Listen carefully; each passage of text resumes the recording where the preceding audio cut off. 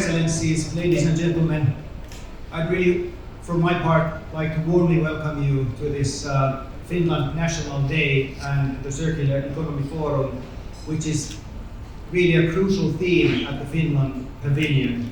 After all, it is an economic model Finland and our industries are closely moving towards, and in order to save the planet for the future generations, that's really what we strive for in all of this. My name is Antti Palomäki, and I work as Executive Vice President at the Marine and Energy Technology company, Wärtsilä, which is very strongly committed to circular economy, and thus it's a real honor and privilege to be here hosting this event.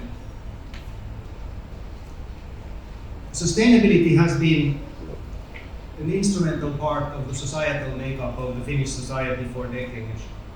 Leveraging our deep connection to nature, we are pioneering the transition toward a circular economy using a roadmap developed by the Finland's Innovation Fund, Sitra.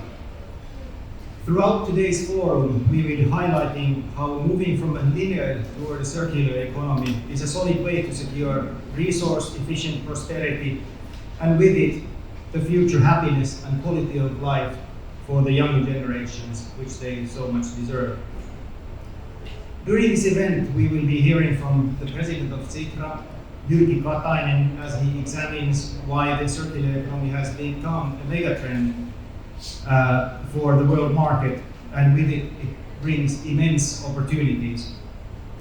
Our panel of experts will then demonstrate how Finland and partner companies put circular economy theory into practice and how the transformation can further be scaled up. Here you will also have a chance to express questions of your own, so please be active. Finally, we will be hearing from the Finland Pavilion Exhibition Director, Petri Ryöppy, about the vital role of sustainability when curating this exhibition. Petri will reveal to the visitors of the Snowcake Pavilion how this all has been introduced in the Finnish society, how the pillars of Finnish happiness and these pillars are then building the foundation for the exhibition downstairs. And as we heard from Severi, the Minister will then be giving the closing remarks instead of opening this event. So we will now move on then to the keynote speech by Jyrki Katainen, and in this speech some quick reflections on what you will be hearing during the speech. Jyrki will be examining why the circular economy is not really the goal itself, but rather it is a tool that enables us to live within the current planetary boundaries. You will hear how Sitra has led Finland's work in creating the world's very first national roadmap for circular economy already in 2016, and why the choice of inviting policymakers, businesses, educators, researchers, and labor unions and other key players in society from the very outset of this process was so vital in order to secure success for this in the long run. And why then, following Finland's challenges and successes in this process of the roadmap and taking that roadmap further, Sitra has recently published a guidebook which is then made in order to help other countries on their path in able to adopt a circular economy model for their work. And Sitra has collaborated with one of the key pavilion partners, Nokia, in this respect, and we will be bringing this speech by Jyrki to the event in the most sustainable way via a hologram. And we will also be hearing remarks from the CEO of Nokia, Pekka Lundmark, on the technology that they provide. So let's beam them up. Ladies and gentlemen, distinguished guests, I'm delighted to be able to address you through the power of technology. For this hologram to work, and I hope it is working as it should, requires many different parts. Video and audio codecs combining and compressing the video image and sound delivered over a 5G network using our latest AirScale radio portfolio. Many different parts working together to make this holographic representation. Many different parts requiring years of innovation and continuously pushing the boundaries of what is possible. And they made it look so easy on Star Wars. Nokia's purpose as a company is to create technology that helps the world act together. With our customers, we create the critical networks that bring together the world's people, machines, and devices. Because we realize that to solve the biggest challenges the world faces requires innovation and collaboration.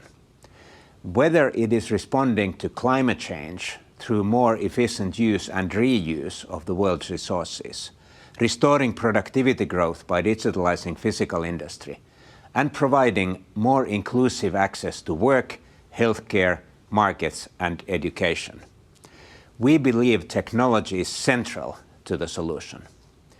We continue to innovate in 5G and the Internet of Things, virtual reality and augmented reality, artificial intelligence and automation.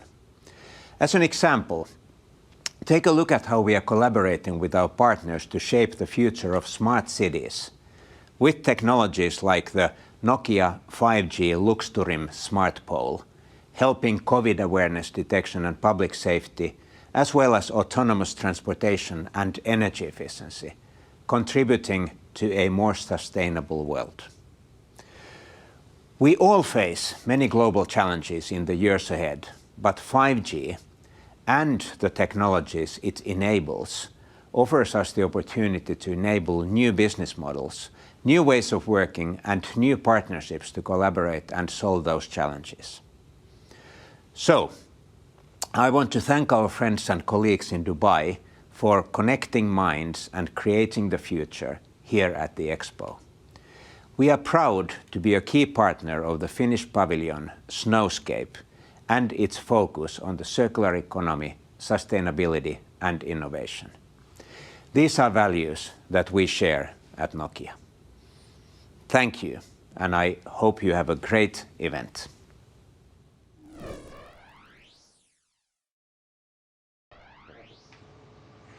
Ladies and gentlemen, dear guests and partners, it's been delightful to see how the circular economy has gained huge momentum in the recent years and become an integral part of a global vision for a sustainable future.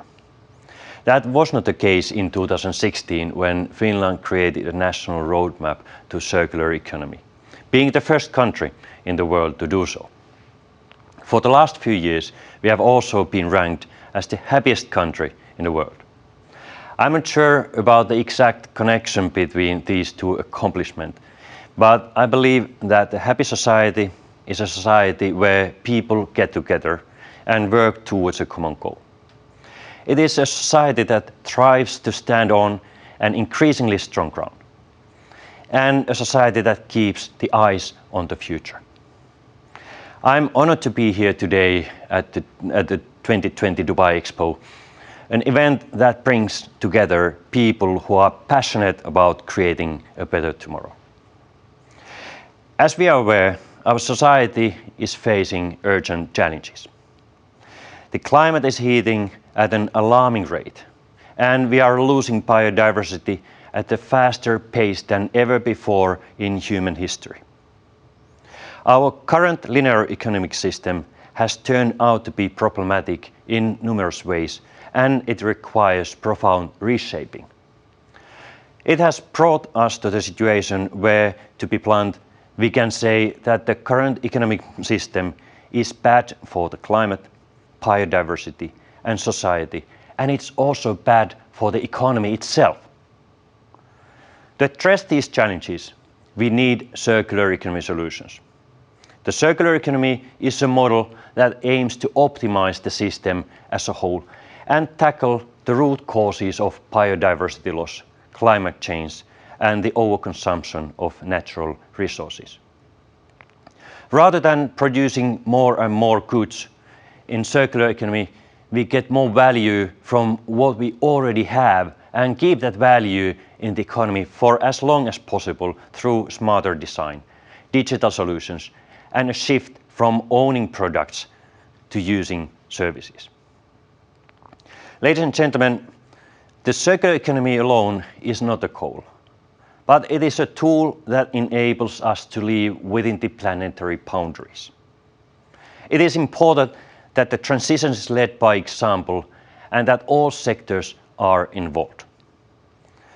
It is of utmost importance to foresee the effects of the change and use this knowledge to ensure a just transition.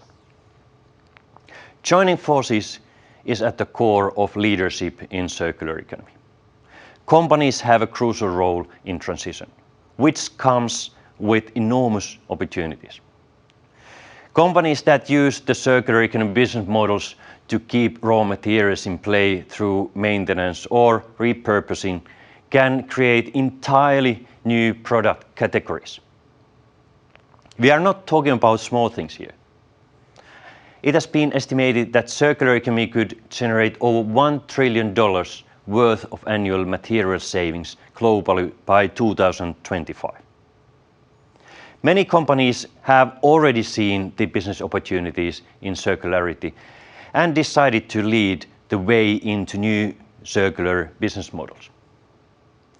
Sitra has compiled a list of the most interesting companies in the circular economy in Finland since 2017.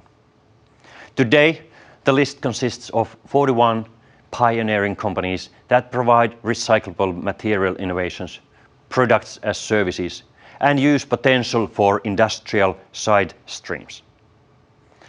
These innovative companies have created new products and business models that redefine the previous ways of thinking and operating. There are numerous growing small and medium-scale enterprises creating revenue from circularity in Finland. For example, Spinnova creates textile fibers from pulp, and Skipperi allows more people to enjoy boating through boat sharing. Also, many large Finnish companies have realized the need for a circular transition and the business potential that it can provide. Fortum Battery Solutions, for example, recovers critical metals from old batteries and processes them back into use. And Neste is the largest producer of renewable diesel and jet fuel in the world. Konecranes designs its lifting equipment to be modular, repairable, and energy efficient. In the case of Konecranes, modular product design has allowed to modernize even the cranes that date back to 1920s. Extended product life cycle saves not only natural resources, but also add value for the customer. Dear guests, I just brought up a few examples of how the circular economy makes business sense. But what actually paves the role for successful circular businesses? How do circular business models relate to other global megatrends? First, collaboration is the key. It's essential that different sectors, such as companies, public sector, and research institutes, work together and share information. Producing and sharing objective data on the benefits of circular economy solutions is crucial to motivate others to join to accelerate the transition. Second, increasing amount of available data, digital platforms, and technological development are trends we cannot ignore. For circular economy, these developments create possibilities for better material traceability. But they might also increase data consumption. This can lead to an increased demand for natural resources. And it must be kept in mind that the aim of data-based circular economy solutions has to reduce the burden on environment, not to increase it. Third, circular solutions should strive for being not only ecologically, but also socially impactful. World Economic Forum has stated that startups aim for positive social impact are 43% more likely to break into the market compared to traditional profit-driven startups. Having social impact does not undermine companies' abilities to succeed and scale up, but it strengthens their position as pioneers on global market. Also, conscious consumers with access to right information are becoming powerful drivers of demand for power of pure materials products that are toxic-free and easier to reuse.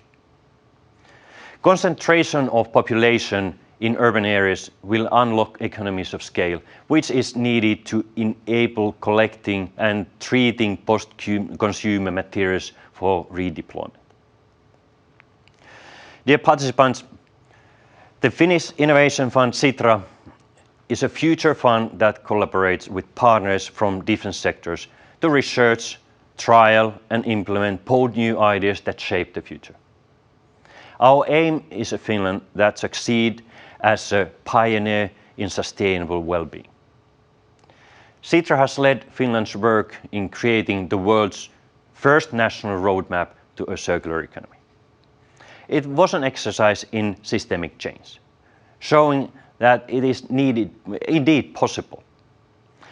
In fact, before I worked at the European Commission and before the roadmap work in Finland started, I must admit that the word systemic change sounded very overwhelming to me.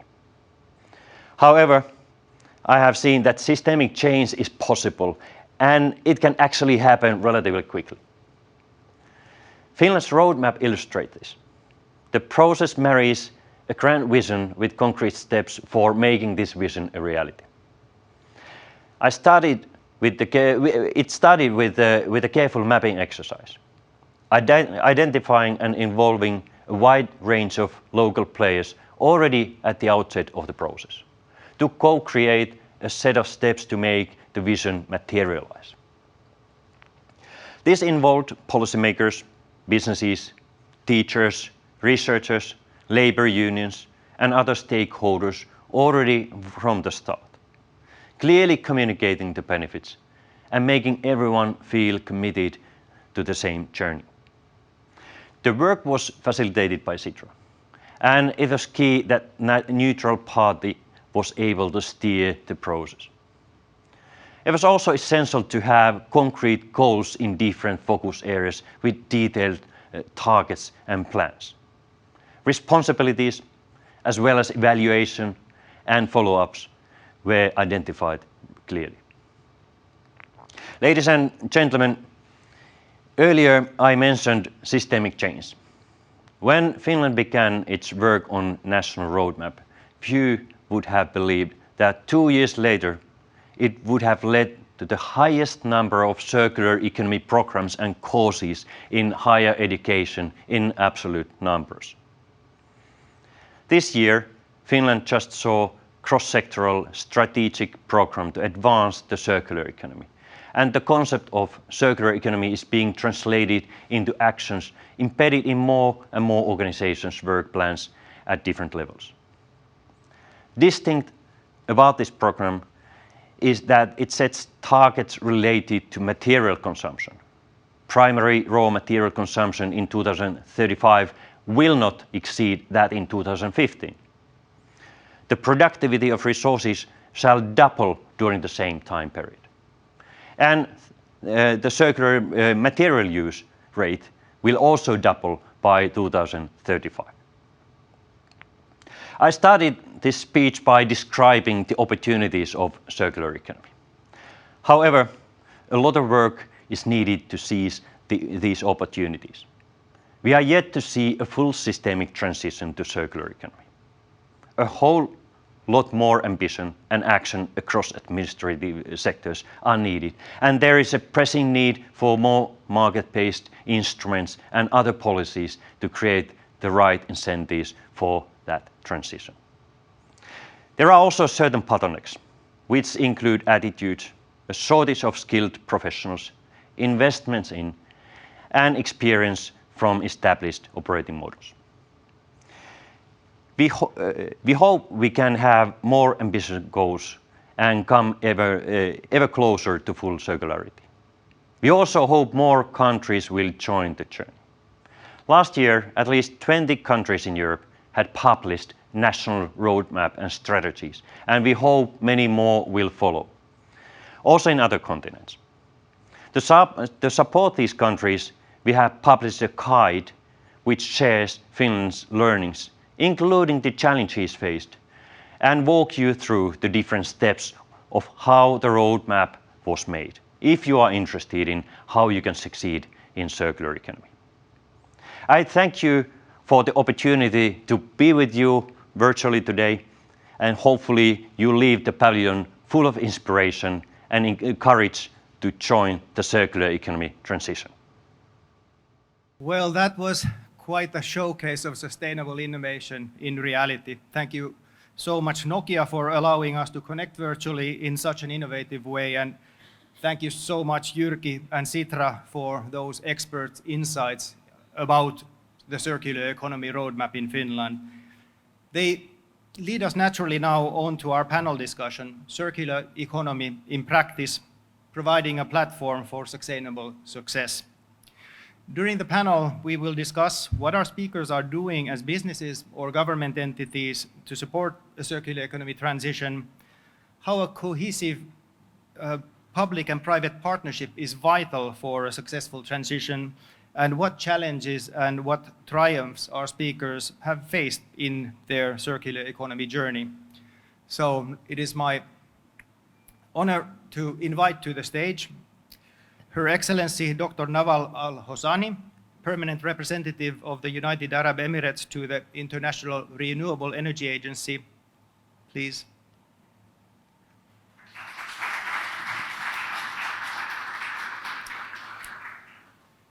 Nina Kopola, Director General at Business Finland.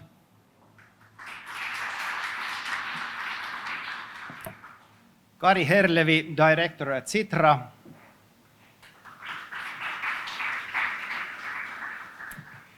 Kalle Saarimaa, Vice President at Fortum Recycling and Waste. And Imtiaz Mahtab, the Managing Director of KONE at the region of the Middle East and Africa.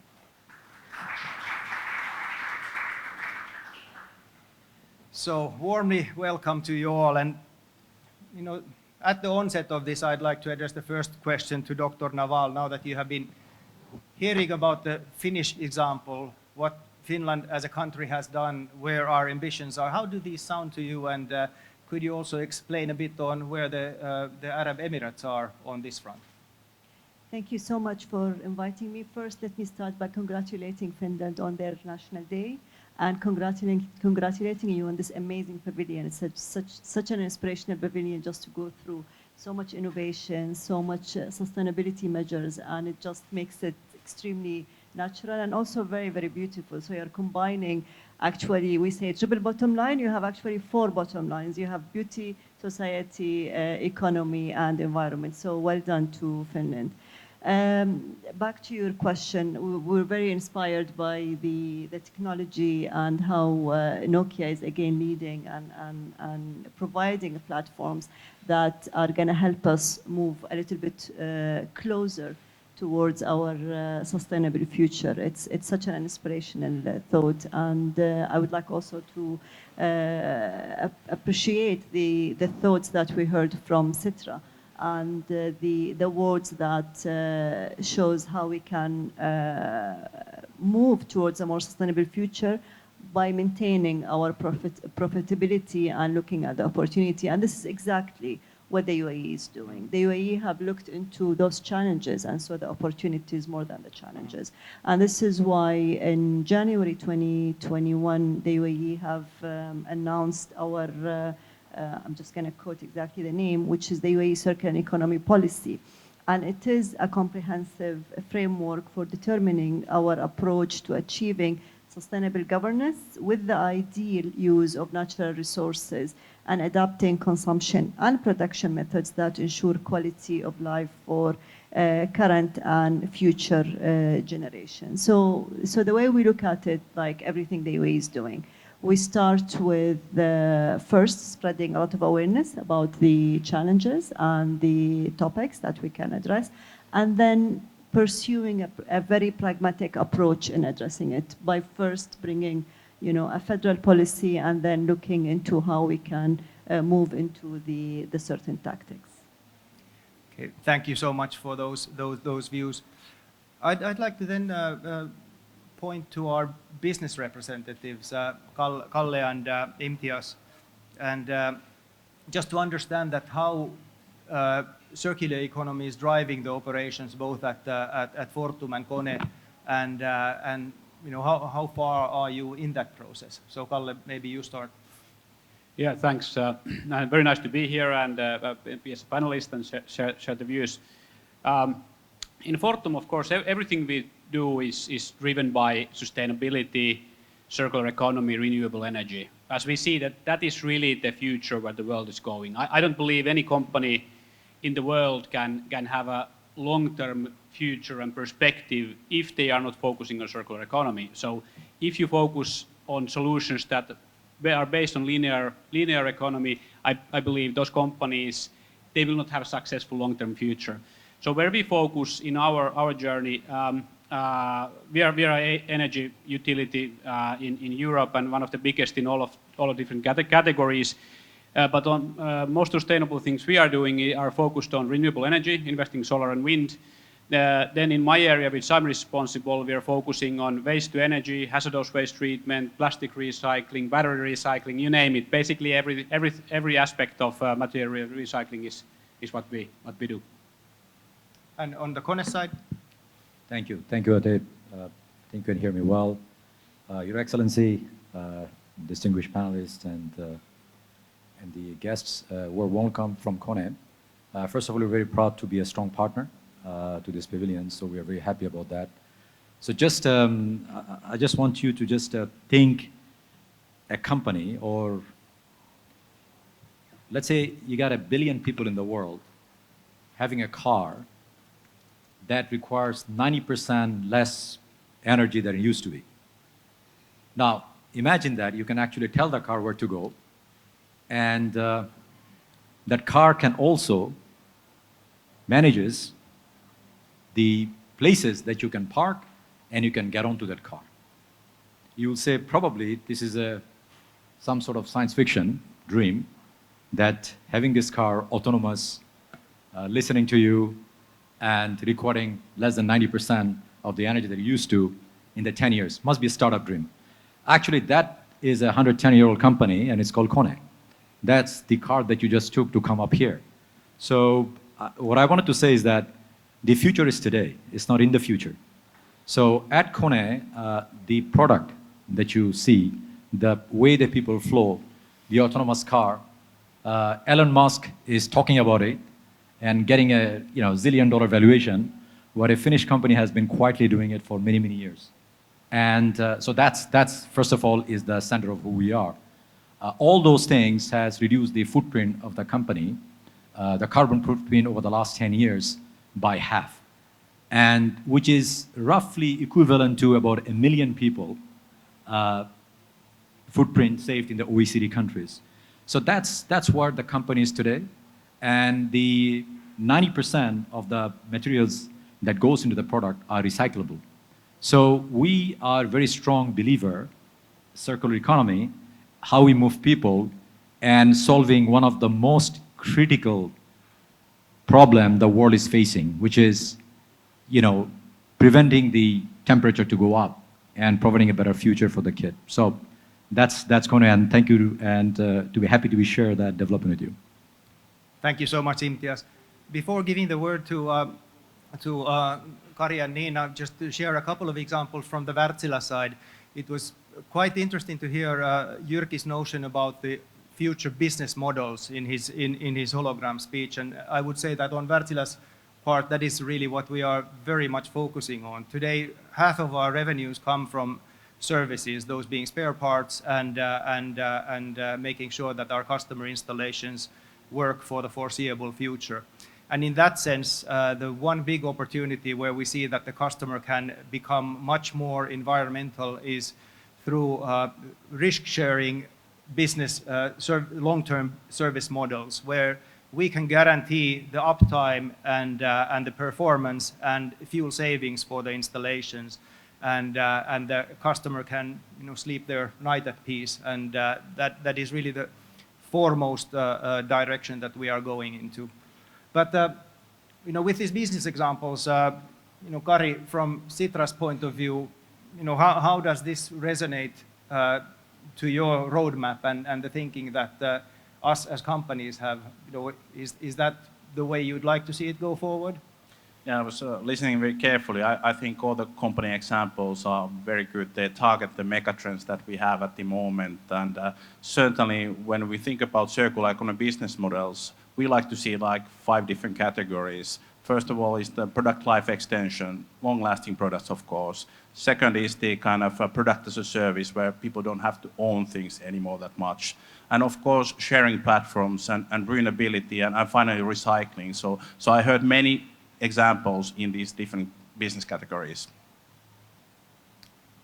Thank you, Kari. And Nina, from your work at Business Finland, when consulting and financing circular economy projects, are these the types that you would like to be involved with? Well, certainly, and I think it's fantastic, all the examples that we have heard today from all the companies and also what was mentioned in the speeches, because the mission and the purpose of Business Finland is to help companies grow, being small companies, large companies. We do that through innovation funding and helping them find opportunities abroad. But when we listen to these solutions that are now there, what are they all based on? They are based on innovation. So what we need to do is to help the companies innovate these new solutions, which are of these 5 categories that you also mentioned. So it's not always just recirculation, but circular economy is, like also Jyrki Katainen was saying, is keeping the materials in life and creating the most possible value from the materials. And to achieve this in new ways, it is based on innovation, in new ways of thinking, in new ways of acting, in new business models. And that's exactly what Business Finland wants to do, to help companies innovate and also to entice companies to innovate together, because the collaboration already was mentioned as well. So sometimes companies think, oh, we can do this ourselves, so we want to do this alone. But to truly find the new ways, you need to bring together companies, research institutes, universities, scientists, and that's also what we want to work for. Very, very interesting. Dr. Naval, you mentioned earlier that now the UAE has embarked on this road with a new set of policy directives. What was the spark? Why was the country compelled that you need to take this type of a new and fresh approach? Let me first start by saying it's not really new for us. The UAE movement towards sustainability and efficient use of resources has been embedded with the DNA of the country since the very, very establishment of the country. Let me share a quote from His Highness Sheikh Zayed, God bless his soul, who is the founder of our nation. Sheikh Zayed said, "Our forefathers and our ancestors lived in this land and coexisted with its environment on land and at sea, and instinctively realized the need to preserve it." So this notion of preserving the environment has been embedded with our values since day one. Either we were, pearl diving or fishery or any of the resources that we used in historically. But now, as we move more towards a modern economy and a modern society, and the need, like the UAE is definitely aware that we have needs of our society, and we're definitely not going to minimize our growth ambitions, but we need to do it in a sustainable way. So we need to find a way to balance how we are basically minimizing our impact on the environment, but at the same time providing the best quality of life for our people. And this has been always the mandate of the UAE, and we continue to do that by finding innovative ways and sustainable ways to do that, and officializing it or pragmatizing it by introducing this policy is literally again the way that we do things. It becomes more of a normal behavior, and then we need to introduce policy to make sure that there isn't any challenges and any obstacles that business can face and entities can face to address. Can I just add one thing, Nina? You mentioned something very important, that funding is very important for companies to become innovative. But I think what is also extremely important, and sometimes we just don't put as much emphasis on it as we should do, is behavior change. Because that's key. Social change and behavior change is key for us to move into that circular economies, because we need to incentivize consumers. We need to ensure that we have the demand from the public for those initiatives, and that's something very, very important. And I'm happy to talk about it further in a different question. And that is definitely something that I would see from the Wärtsilä perspective. So we have just very recently launched our climate goals with the ambition of the company being carbon neutral in the next 8 years, so by 2030, and also making sure that our portfolio of products is able to run on the clean future fuels by that time. And when we launched this internally, the momentum that it has created amongst our personnel, they are so motivated around that, and we can see that there is this will for behavioral change, that we just need to be able now to really make the most out of that.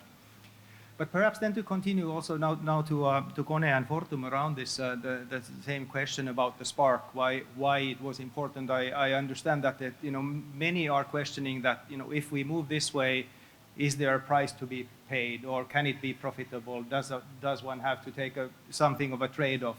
What has been your perspective, in terms of securing the bottom line on this?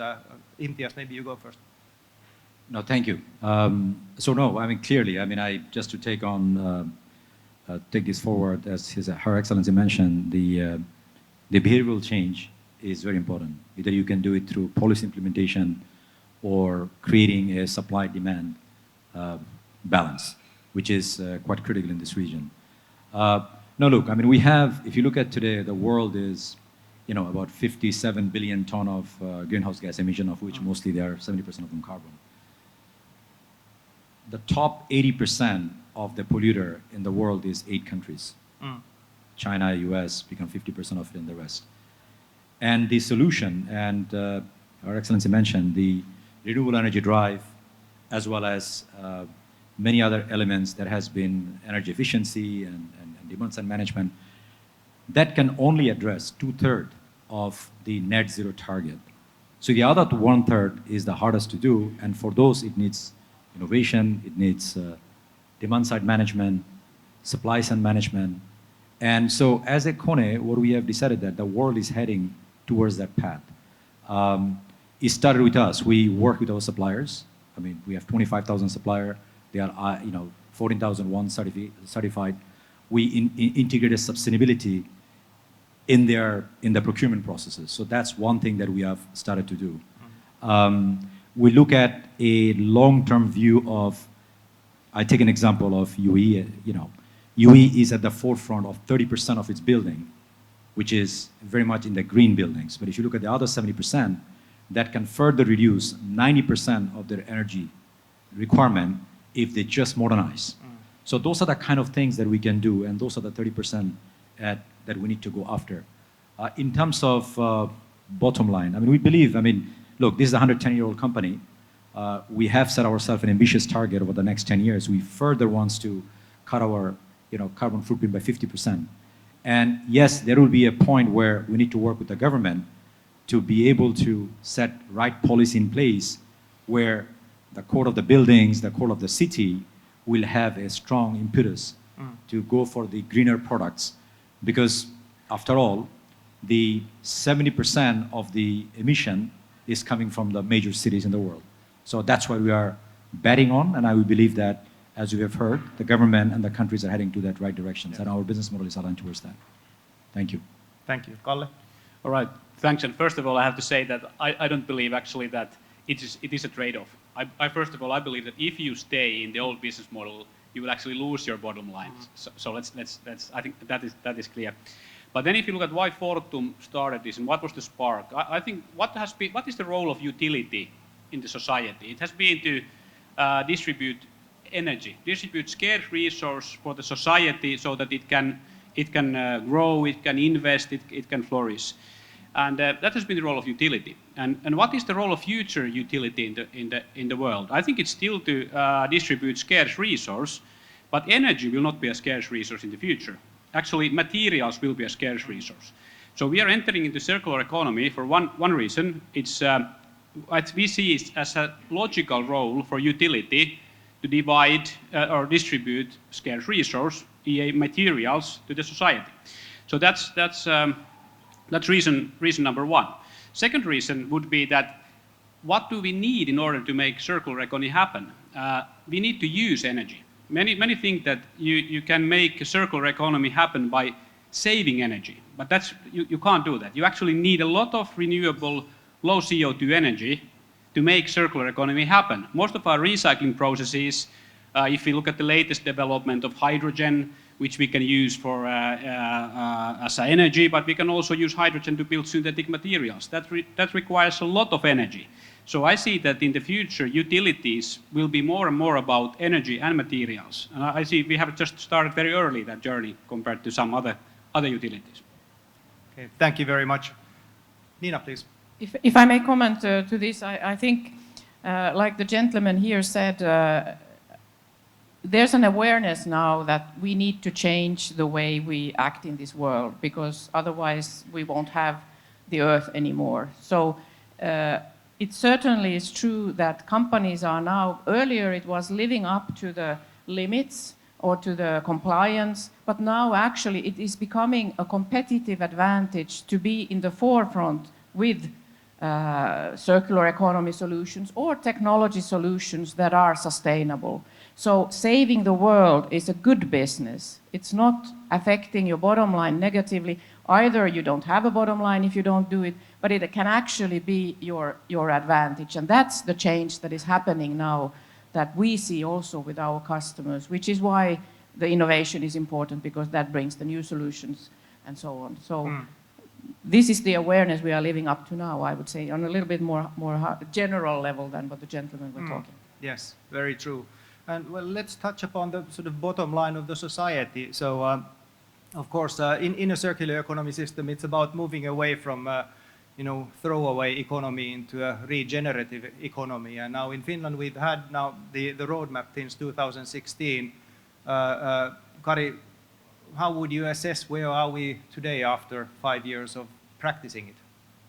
Well, it's a good question, and definitely we have come a long way since 2015-16 time frame, when it was more about thought leadership and visions, and going to the kind of more practical, target-oriented metrics like was presented today here as well, which are also very rare in the international level, that countries set up targets for kind of use of natural resources and reduce. And also when I think about the kind of citizen level climate, 82% of the Finns this year stated that circular economy is a very big opportunity for Finland. So it has gradually came from the kind of policy level to the citizen level as well. And of course the company examples here show also that this is not only about actions within Finland, it's really about making sure that the exports are thriving as well. There are, however, certain metrics that has to be improved. And when we look about the generation of waste, for example, we haven't been able to reduce that or increase significantly recycling at the moment. So, but that's, I would say that many other countries have those challenges as well. But from the industrial policy point of view, I think we have to integrate circular economy better in the future and make sure that different industries, not only the front runners that we hear today, are integrating circular economy in their businesses. But the good news is that there's a good technology know-how and understanding of sustainability. So I see the positive future as well. Thank you, and let's get back to that in a minute. But perhaps just a quick reflection from Dr. Novalo on this when hearing about the sort of where Finland is today and how the population and the general sentiment is moving toward valuing these type of principles. What is your experience of the population here and the business society in the UAE? We've seen a great shift to the point of all the speakers that everybody's realizing the opportunity, and because there is a very strong political will, we can see that transforming into opportunities for both business and also a huge awareness among the civic society. So the UAE is definitely committed towards the SDG 12, which is sustainable consumption and production.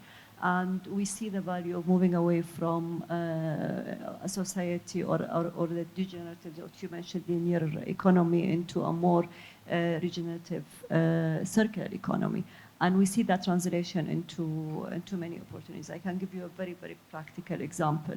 When we started the development of Master City, and that was as early as 2006, one of the whole recycling in the construction industry was even unheard of. It was very difficult for us to find any recycled material to incorporate within our built-up material.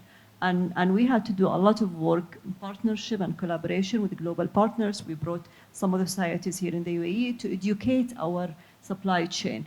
And that reaped advantages that we see today. You know, you see in our site here in Expo how much of sustainable measures are being utilized and how much of the recycled material is being utilized. And what we created was the Master Recycling Center. It became actually a profit generating to Master, by all the construction materials that are not being used is being put in that center, being either becoming part of building the city again, or being sold, which is again became a revenue generating. So providing those practical small examples create this attractiveness for other industry and shows the potential of this sector. So we, as a political will, there is definitely a drive and a very big push towards a more sustainable practices, specifically in supply and production. But we can see that from the demand side management, we have a very educated youth and driving that positive change. And in between, we have the business who's playing catch up and trying to become more attractive to the talent that they're attracting, but also to the consumers that they are trying to attract as well. Thank you very much. And I'll pick up on this. What is driving the change? There is, of course, the demand generation coming from the changing attitudes and business seeing the opportunities. At the same time, regulation is needed to make sure that there is a clear roadmap for the future and businesses are able then to make the right decisions and to take their development forward. So an open question to any one of you. How do you see that? Where does the balance lie? How much is it about regulation and how much is it about market and demand-driven change? Who would like to take a first shot? Imtiaz. Yeah. Okay, it's a mix of both actually. So if you look at today, over the last 20 years, the two places we see the most innovation is happening is, one is renewable energy, certainly, but also the electric cars. So if you look at those two examples, what Germany, when people were laughing at it for creating those incentives, is become the mainstream for all over the world. So the regulation was necessary as a mean of incentivizing the people. So that has what propelled the renewable energy, scale it up for China, and then it went all over the world. Same thing for electrical car. I mean, if you look at today, California, for example, you have 45Q, which gives a carbon pricing of $250 per ton. That also attracted hydrogen and electric car. But then once you build up the scale, you don't need the regulation anymore. And then there is the demand side of China. I recall in 10 years ago, I would just go to the Beijing street and with a white shirt and it becomes all red because the pollution is so much. The leadership decided that they have to do something for the well-being of the society. And now China has installed more renewable energy than anywhere else in the world. So yes, I mean, I am a firm believer that to scale up any industry, besides the innovation, besides the money, you need a strong policy making in place. But once it's done, it doesn't have to be there. And while the other countries, they need to look at, do I need to add, for example, in Saudi take UAE, for example. UAE has been very successful transforming its economy because it couldn't depend on oil anymore. And then they shifted completely to renewable energy. this has now an opportunity as well to modernize even further, to go to the digitization. So I think you need a mix of both, regulation and as well as the as a demand side drive. Yes. Thanks. And Kalle. Yeah, building on that, I would tend to agree, but want to add a few things which I see that are very relevant. I think we have a fundamental flaw in our economy, how we have built it, and it's not the capitalistic system. It's rather the thing that we really do not have any cost for the environment. And that's why many solutions that are virgin material based are cheaper than solutions that would be according to the circular economy. And there I believe actually scaling new technologies won't be enough. So we need a lot of effort from the society to build these models that the environmental load is included in the cost. So we don't only look at money, we look at much wider perspective, what is cost? And cost to the environment needs to be in. If that would be in, many solutions today would be cheaper. Many circular solutions would be cheaper than virgin-based solutions.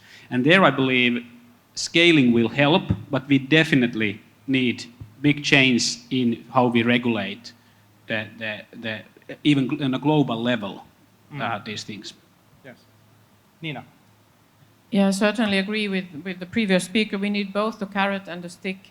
And we also need regulation to follow the new solutions. It cannot either be, sometimes regulation can be a prohibitor, a little bit like Kalle was talking, but even sometimes the new solutions require new regulations, because otherwise the regulations prohibit the new solutions to become mainstream. So the regulator needs to be very awake, both to regulate for demanding new solutions, but then also for following the technologies when new solutions arrive on the market.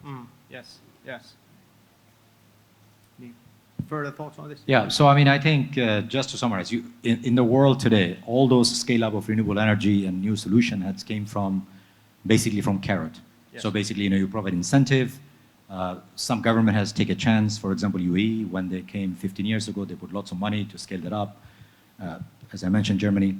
But there is no stick as of today.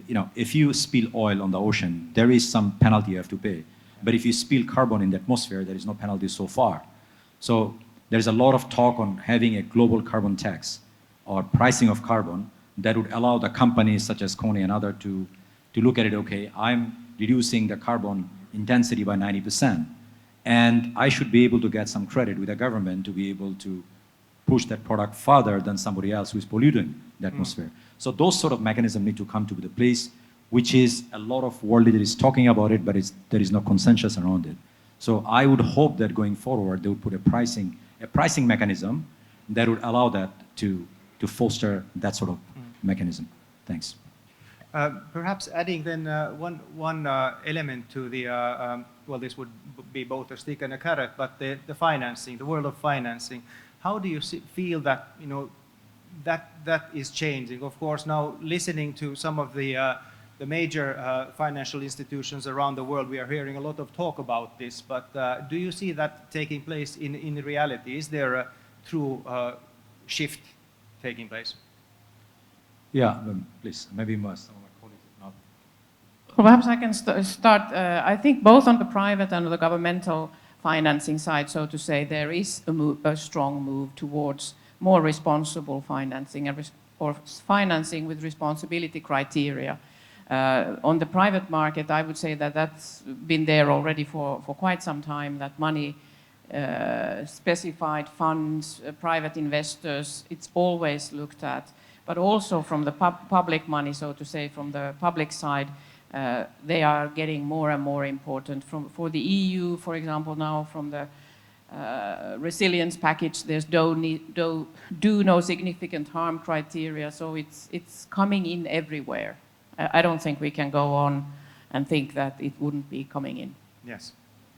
So I mean, last week I was in Saudi, and Larry Flink, which is the largest asset manager in the world, he was very clearly stated that all the companies that he hold a share has to have the environmental track record, that those companies must have a sustainability target, otherwise you'll move the money around.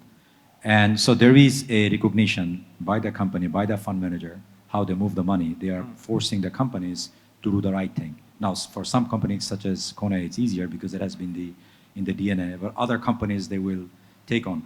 But again, there, it's an intent by individual. There is no, so if you look at EcoVadis basically they rank the companies based on their sustainability track record. And we are one of the few companies that is a top 1%. But the question is, does the market, do we get extra premium for that? Not yet today, but I do believe that this is where the world is going to head. There are more and more fund managers, whether it's Mubadala, whether the sustainable fund that is set up by UAE government or PIF in Saudi, they will demand that sort of sustainability. And you can see it also, you know, I mean, a company, you talked about profit, a company without any profit or near profit is the highest valuation today in the market because the consumer and the retail investors, they value those companies. They are doing good for the world. So Yes. I believe we're on the right track. Further notions on the financing side.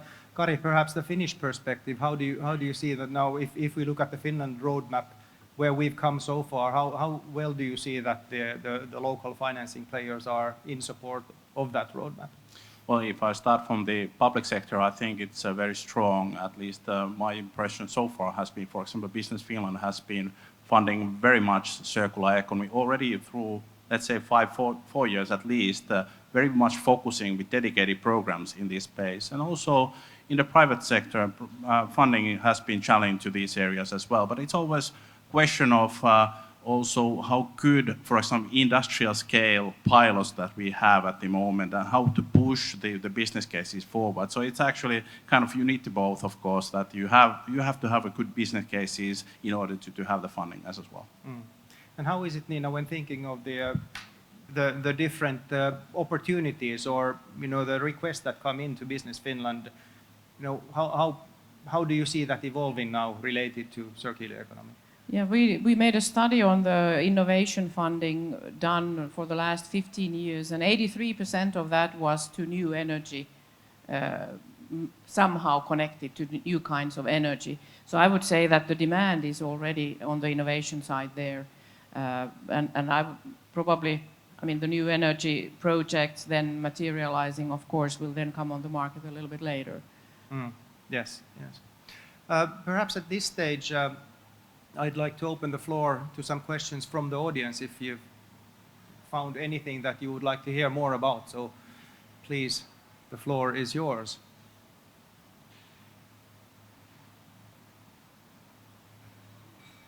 Yes, there.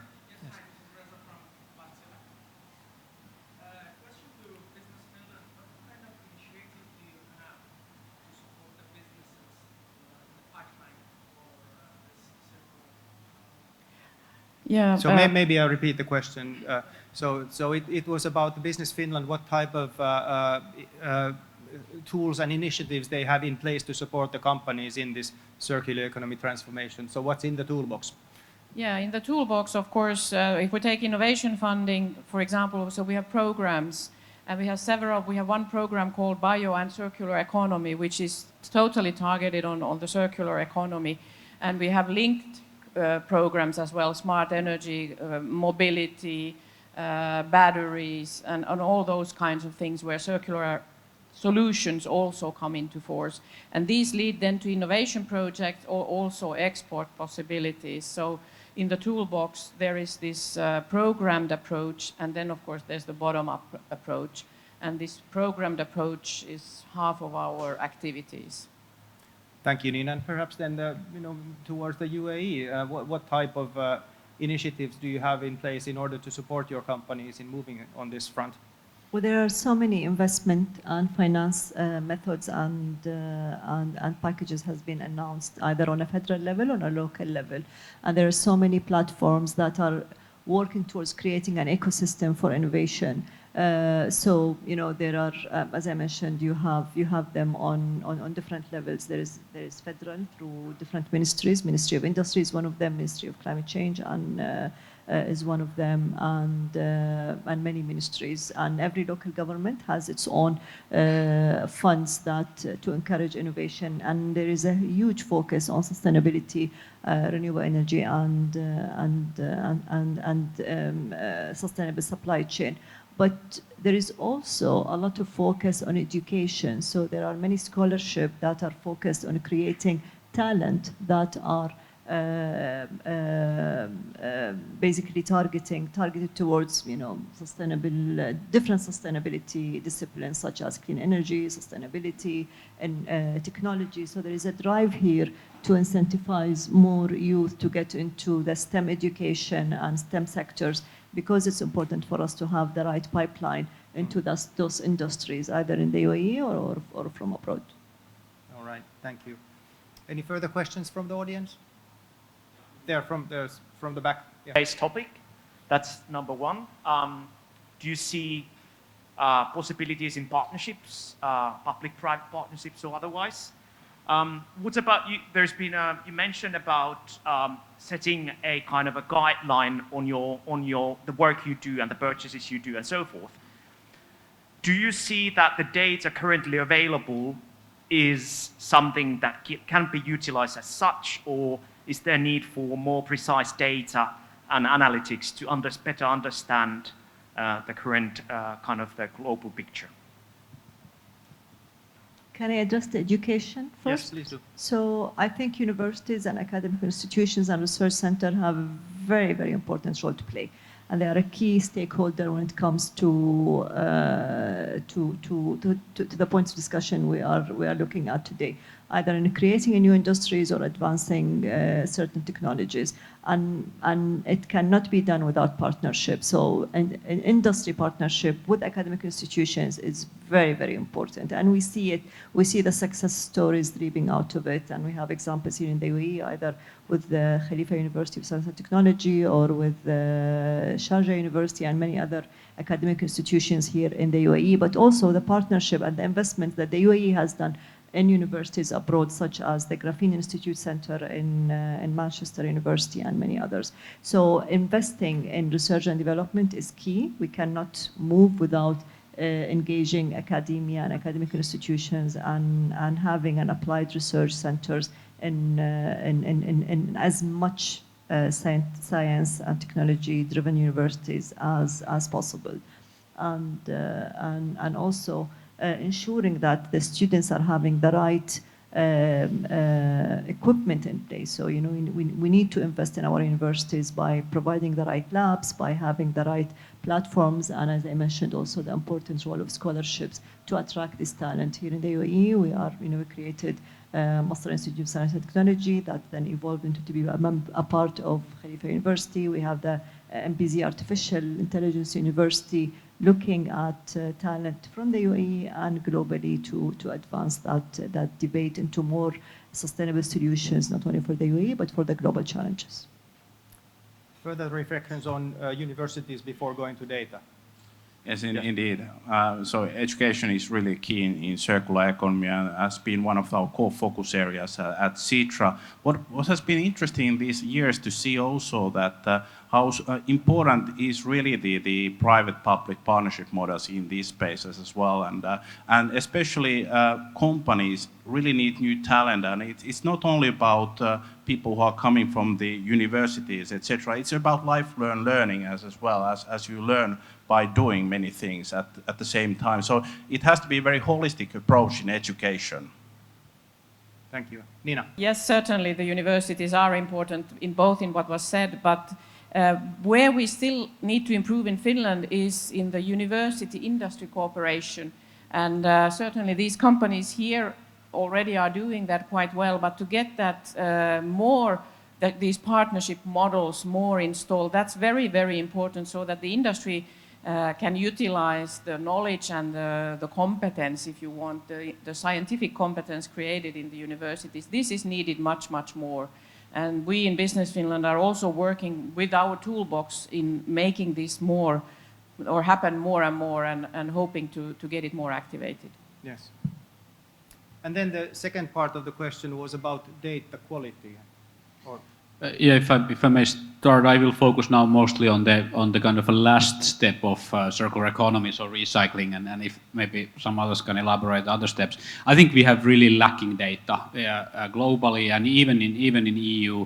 So basically, our statistics on materials that we dispose, so our waste, it's really lacking.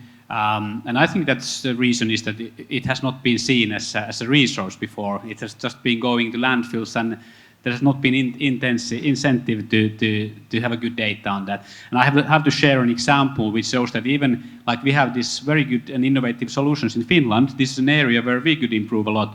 Like when we get our waste statistics, I think it was like a few months ago when we got the official statistics from a year 2019. So I think we are now in 2021. So it really takes, even in this real-time world, you should really have a transparent, reliable, transparent, real-time data. And we are far from that even in EU, which is very advanced in circular economy. Question was whether do we have the right data to drive the right behavior. I think that was your questions. I have a different opinion. I think we have enough data today to launch the action plan, what we need to do.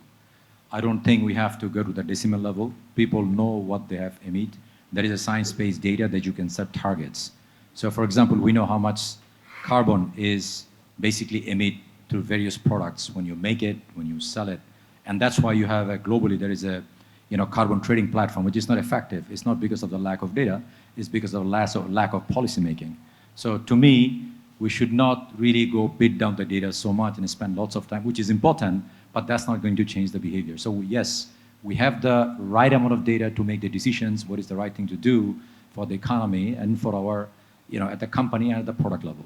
So, and when you talk about circular economy, it's, recycle, reduce, reuse, and of course, Finland added one of the things is rethink, and I would say remove. Those are the kind of action that we can take with the data that we have today. Still room for one. Finnish technology and research finding applications in the industry. Let me share some good news with you. I have a partner whom I mentioned to Nina earlier.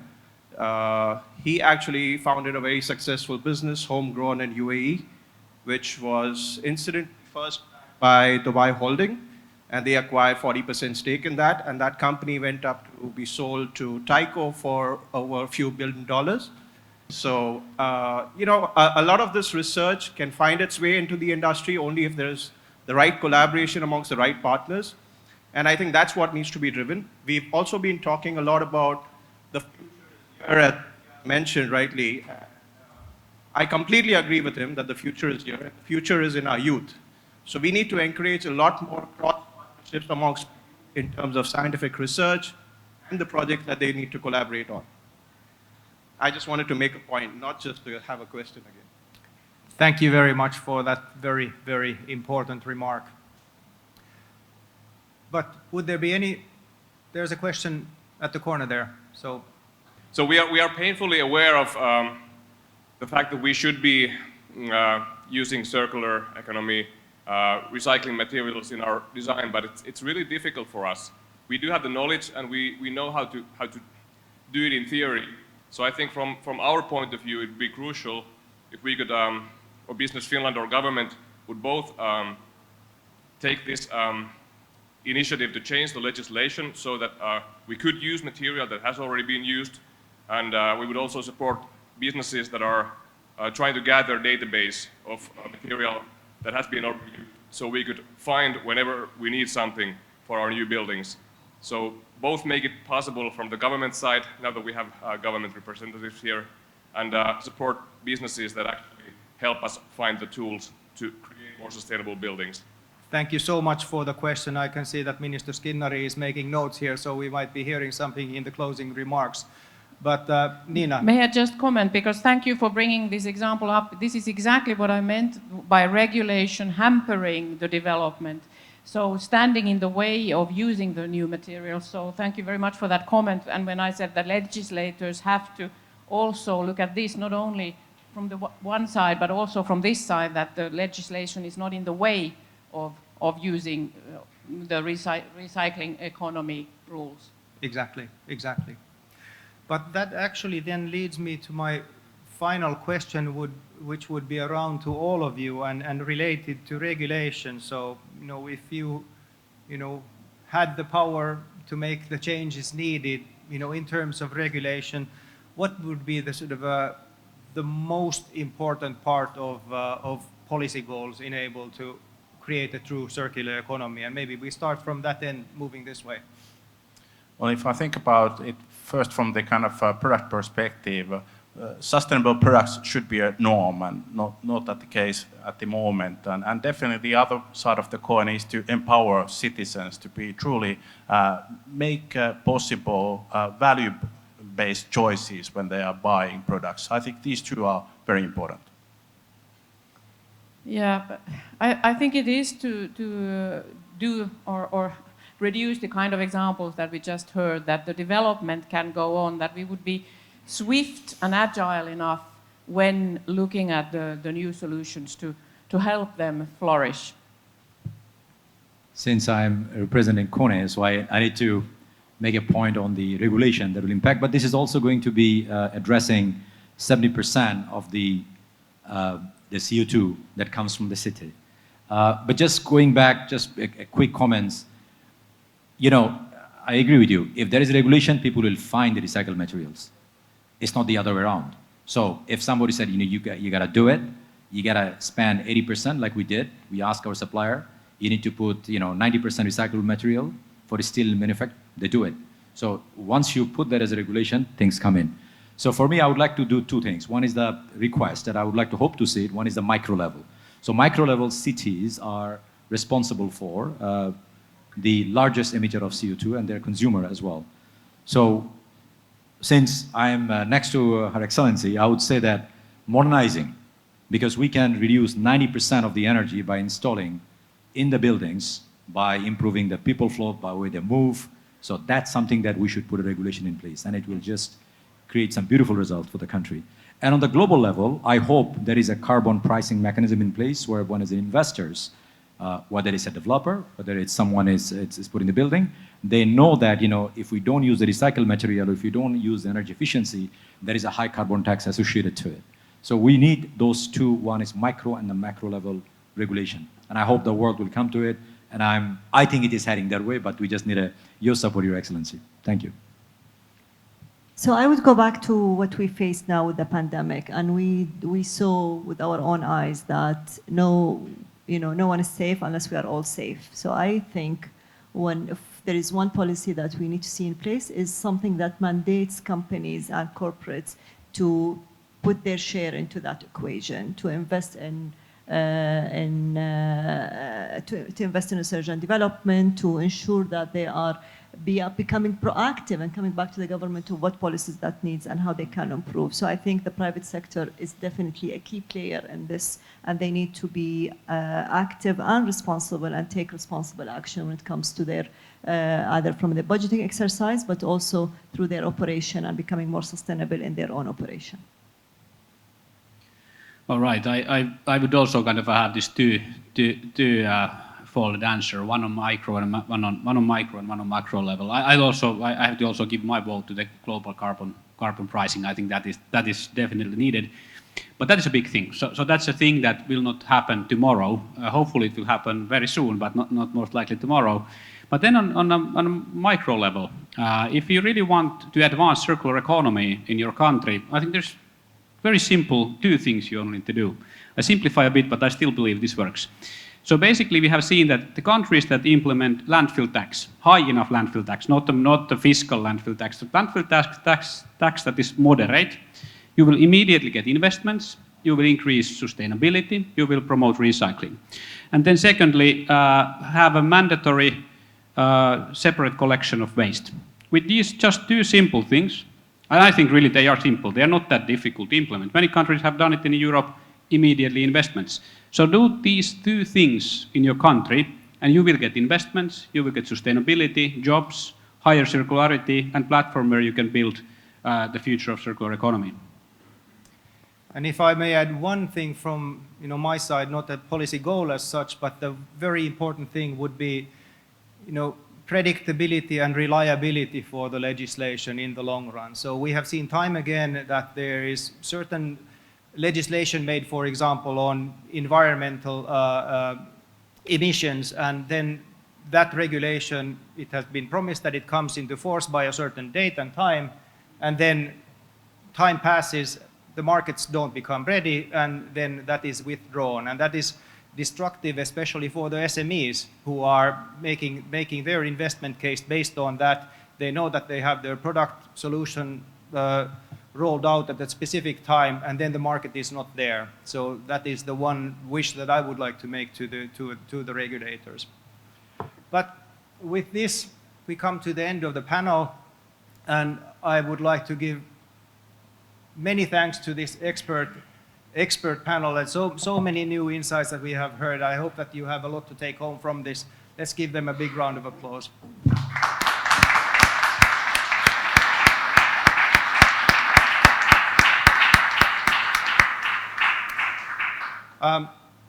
Fiskars is an iconic Finnish brand, life cycle brand, which was actually established already in 1649. So it has quite a lot of history behind it, and it leads circular economy in its operations across the globe. And as a token of the gratitude, Business Finland and the Finnish Pavilion would like to offer the panelists a piece of sustainable design from Finland.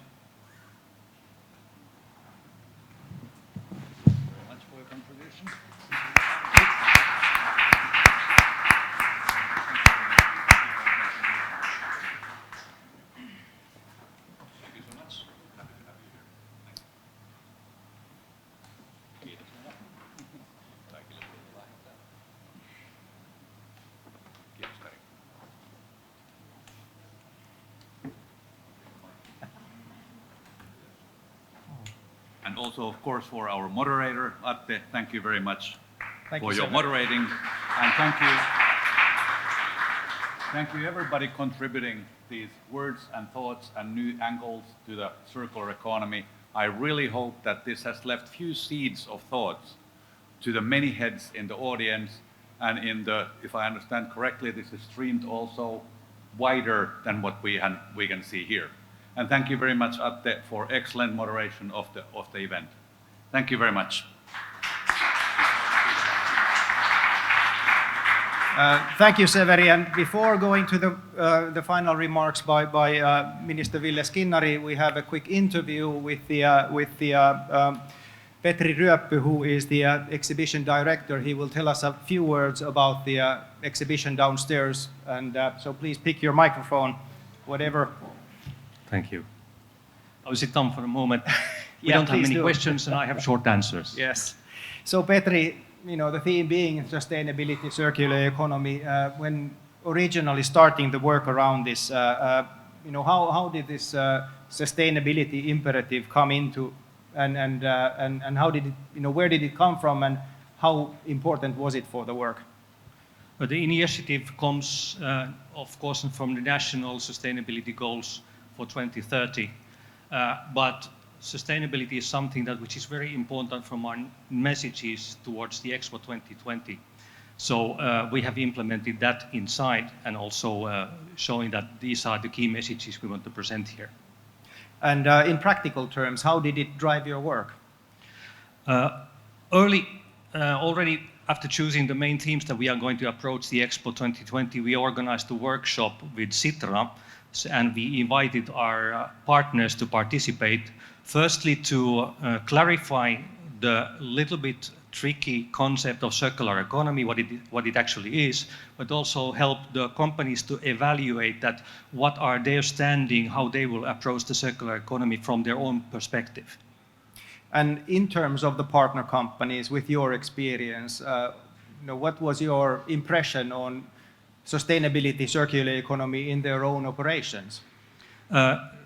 This is an ad-lib addition, but turns out that in many cases the circular economy is not the core front which the companies are presenting, but it is certainly the underlying tone underneath everything. So when we started this process, we emphasized that this is a national message, but the company's representation in the exhibition, that will validate how the circular economy works in real life. Then around the messages of the installation that we have downstairs, of course, it's very important that it's not only companies who have a big role, but individuals. We need to make choices. How does that, come across? The sustainability is very rooted in the Finnish society in general. Sorry, lost the thread of my thought here.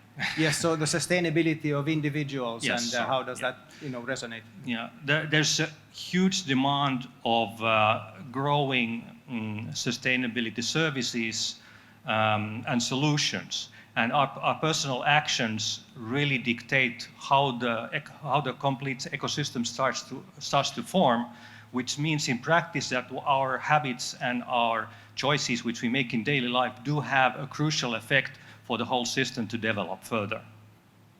And that is perhaps something that comes very strongly across in the piece of art, Missing Link. Could you explain a bit on what that is and how was that developed?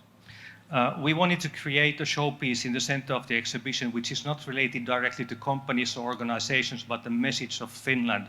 So we wanted to create a piece of art because art always dictates a little bit the themes than any other methods. So we were using the raw data collected by Sitra about how Finnish citizens consume during the decades. So we took that raw data and turned that into a piece of art. And this is something which many artists also work on, but it works really well in practice because it's very relatable. And could you open up a bit on the design and the art itself, what was the visual inspiration for this piece of art? Yes. It's not a surprise that we took the circular economy element, we took the form of the circle. That's given by So we chose the orange as a contrast color because orange, when I'm sitting here, it has the connection to the danger, but equally it has a connection to warmth and especially for happiness. So we wanted these kind of actions, which are also the actions of happiness, to be really present in the exhibition. So when we are closing the piece of art, there's a brief explanation of what circular economy is, but mainly also how we can everybody participate in the change by doing our own actions in our daily life. Thank you so much for this interview, Petri. Thank you, Ate.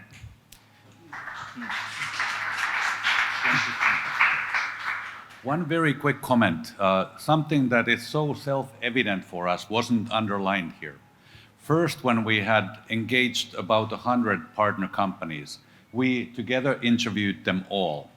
And the one and single most brought up topic in these interviews was circular economy, before we had decided what are our sub-themes under the Sharing Future Happiness. So it is actually our partner companies who demanded that we bring up the circular economy as a topic. After that, the development started. But I wanted to underline this, that it was all the partner companies who wanted us to do this. It wasn't only from the national or Sitra's actions. After that, we engaged Sitra, we had the workshops, we developed the theme further and made all the things in the exhibition. But thanks to the companies, we are here having a circular economy seminar. That's what I wanted to underline.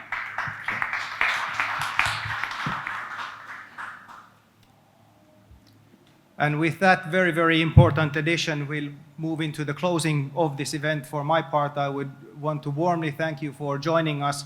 This, of course, being a historic day, being the opening for the COP26 taking place in Glasgow, world leaders talking about how to curb climate change. Circular economy is about climate change, but it is, of course, about the planet as a whole, about biodiversity and so much more. I hope that this event has been inspirational.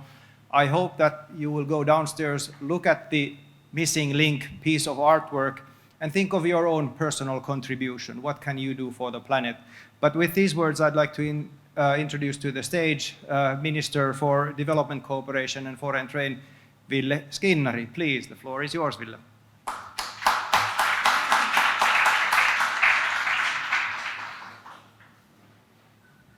Ladies and gentlemen, thank you, Atte, and thank you, panel. It was very interesting and motivating to listen to you, all the experts and panelists. But let me start by saying something about today and the Expo. I really want to thank you all, and I just express my warm thanks to the Foreign Ministry and the people here in charge, that it's been great to see the commitment from the government here, but also from the local people and everybody that we are here today. And of course, I want to thank our Finnish team and especially Mr. Severi here for his ambitious work. So thank you very much, we really appreciate. But I also want to thank, of course, the companies, that it's quite unique that we are working literally together. So we did have common goal and we did deliver, and now we have completed the mission so far. But what I really wanted to say today, I just finished my meeting with the Foreign Ministry of UAE and the Vice Minister, with whom we really shared our concerns, but also our feelings about the global challenges when it comes to the upcoming COP26, when it comes to climate challenges, but when it also comes to the future and even our bilateral collaboration between Finland and UAE. We spoke a lot about the Sustainable Development Goals. I think we all agree that they are going further and further. I think we all agree that we cannot reach the SDGs by public funding. We do understand that we do need a true public-private partnership. But the question is how we do it, and how we implement, and how we deliver, and how we involve the private sector really to make competitive edge in this global situation, as we all know, as far as financing, as far as the solutions, and as far as the country's specific tensions in place. We spoke a lot about the system-level approach, and the reason I raised this, then when we talk about the circular economy, I'm pretty much a veteran of circular economy forums, since I've attended I don't know how many forums already in Canada, in Japan and so forth. But having said that, I really appreciate that you raised the topic today here. So my point is that we do need the vehicles now. We all understand the goals. Our commitment is maybe the most ambitious in the world. We do understand what's the level of public financing, but what are the vehicles for the implementation? Atte raised the question of policy making. Yes, we need that, but we need far more. I think I agree with all the panelists that yes, we need further analysis, we need further in-depth analysis, but we also need the practical solutions. We also need the policy making in a very ambitious way, but at the same time, there must be the foreseeability, how to envisage the policies as far as the companies, as far as the private sector. And this is what we spoke at the global level. I just got back from Washington, and I've been traveling quite extensively and meeting all my key colleagues all over the world. So I think this is the topic, what we really have to share. And having said that, I really much agree with Severi that having sharing as a, let's say, one of the key thematic topic here, it really goes for Finland, it really goes to our DNA. We are really here to share our thoughts and feelings, but also what we really can do and deliver as far as our cooperation, and hopefully it will bring also happiness to everybody.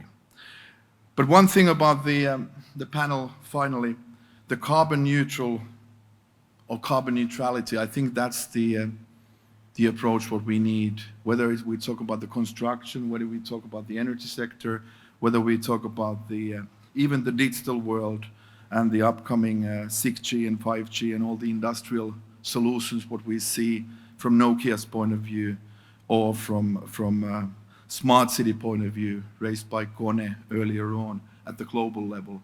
But we really have to deliver in a holistic way, and we really need those packages also at the local level. So I think that's our common challenge very much, that how we convince the people what we really mean by social dimension and the people approach. It's easily said as a minister, as a politician, but how we really deliver and really conceptualize ourselves in a way that we get the confidence and trust from the people, even for the next elections. It's the same challenge in Finland. The global carbon pricing was mentioned. Thank you for that. We all understand the challenges, and we all understand the analysis needed, but we also understand that something has to be done, and that's the main message also from the European Union and our colleagues from Europe. And finally, supply chains, the diversity of supply chains. There is so much we can do together in this region, in this city of Dubai.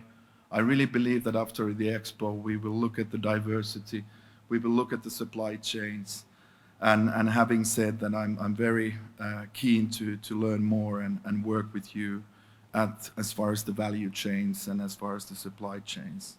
And of course, as far as the global logistics. And I really hope that we can see further flight connections, direct flight connections between Dubai, Abu Dhabi, and Finland destinations.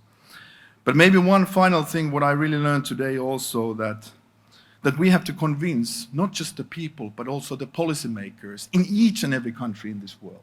And that's why we have to have the feasibility. We have to have the feasibility studies in place, whether we talk about the energy technology, whether we talk about the smart cities, 5G solutions, and so forth.